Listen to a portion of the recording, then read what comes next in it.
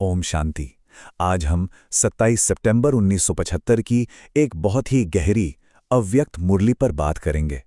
इसमें बाप दादा ने विश्व महाराजन यानी दुनिया पर राज करने वाले बनने के लिए जो आखिरी योग्यताएं चाहिए, उन पर रोशनी डाली है। तो चलिए आज हम इन्हीं गहरी शिक्षाओं को समझने की कोशिश करते हैं। और देखिए, मुरली की शुरुआत ही एक बहुत शक्तिशाली विचार से होती है। बाप दादा यहाँ साफ कर रहे हैं कि जो आखिरी मंजिल है, जो फाइनल स्टेज है, वहाँ शब्दों का कोई काम नहीं। वहाँ तो बस एक सेकंड की रूहानी नज़र, एक झलक ही काफ़ी होती है। मतलब सब कुछ आपकी स्थिति पर निर्भर करता है, शब्दों पर नहीं। तो बात एकदम साफ हो जाती है कि रूहानियत का जो सबसे ऊंचा लेवल है, वो शब्दों से बहुत परे है। ये एक गहरा, खामोश मिलन है जहां किसी की स्थिति, किसी का वाइब्रेशन ही सब कुछ कह देता है। इसी को कहते हैं नज़र से निहाल करना। तो सवाल यह है कि ये शक्तिशाली स्थिति असल में है क्या, दिखती कैसी है? मुरली के हिसाब से इसे दो स्वरूपों में धारण करना होता है, एक लाइट हाउस और दूसरा एक माइट हाउस। यहाँ एक बहुत ही बारीक लेकिन बहुत ज़रूरी फर्क समझाया गया है। देखिए, लाइट स्वरूप होना एक पैसिव स्टेट है, बस प्रकाश से भरपूर होना। लेकिन लाइट हाउस बनना एक एक्टिव रोल है। इसमें एक जगह पर टिक कर पूरी दुनिया को रोशनी दी जाती है, और यही एक विश्व महाराजन की निशानी है। और हाँ, लाइट के साथ साथ आती है माइट। ये कोई फिजिकल ताकत नहीं है, बल्कि ये वो रूहानी शक्ति और अधिकार है जो आपकी ऊंची आंतरिक स्थिति से अपने आप पैदा होती है। असल में लाइट हाउस और माइट हाउस बनना भी दुनिया की सेवा का ही एक तरीका है। बाप दादा का संदेश बिल्कुल स्पष्ट है।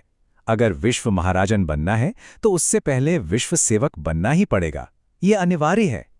तो सवाल ये उठता है कि इस शक्तिशाली अवस्था तक पहुंचे कैसे? इसके लिए ये मुरली हमें एक बहुत ही साफ 3 स्टेप्स का रास्ता दिखाती है। इस रास्ते पर आगे बढ़ने के लिए ये तीनों ही अवस्थाएं एक साथ चाहिए। पहला है 1 सेकंड में बेहद का त्याग, मतलब बिना एक पल सोचे सब कुछ परमात्मा पर कुर्बान करना।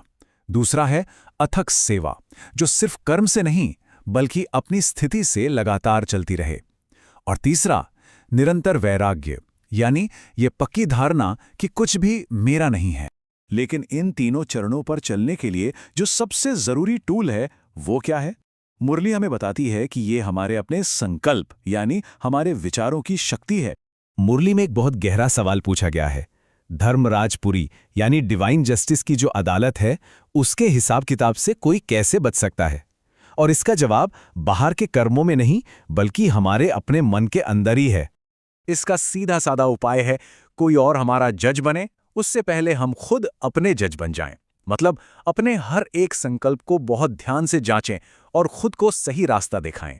बाप दादा समझाते हैं कि हमारा हर शब्द और हर काम, उसकी जड़ एक संकल्प में है।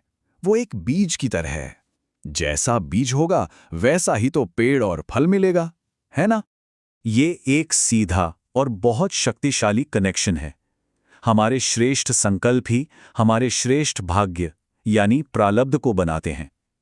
हमारे विचार ही हमारे भविष्य की बुनियाद हैं।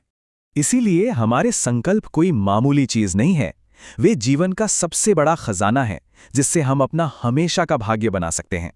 इसे रोजमर्रा की जिंदगी में अपनाने के लिए एक बहुत सिंपल स्लोगन दिया गया है, ताकि हमारा हर काम, हर बोल श्रेष्ठ हो, सोच समझकर हो। और फिर मुरली के आखिर में बाप दादा का जो टोन है, वो उपदेश से बदलकर एक बहुत ही प्यारे, बहुत ही पर्सनल रिश्ते की तरफ मुड़ जाता है। ये लाइनें दिखाती हैं कि हर बच्चे की जो लगन है, जो प्यार है, जो मिलने की तड़प है, वो कभी अनसुनी नहीं जाती। वो आवाज़ हमेशा बाप दादा तक पहुंचती है और उसका जवाब भी मिलता है। मतलब बाप दादा की मौजूदगी और उनकी शिक्षाएं बच्चों की दिल से निकली पुकार का ही एक प्यार भरा जवाब है। और ये मुरली इस खास याद प्यार के साथ पूरी होती है।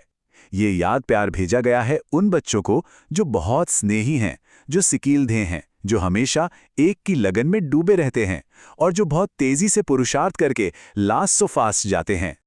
और जाते जाते ये मुरली हमें एक गहरे सवाल के साथ छोड़ जाती है, क्योंकि संकल्प ही तो भाग्य का बीज है।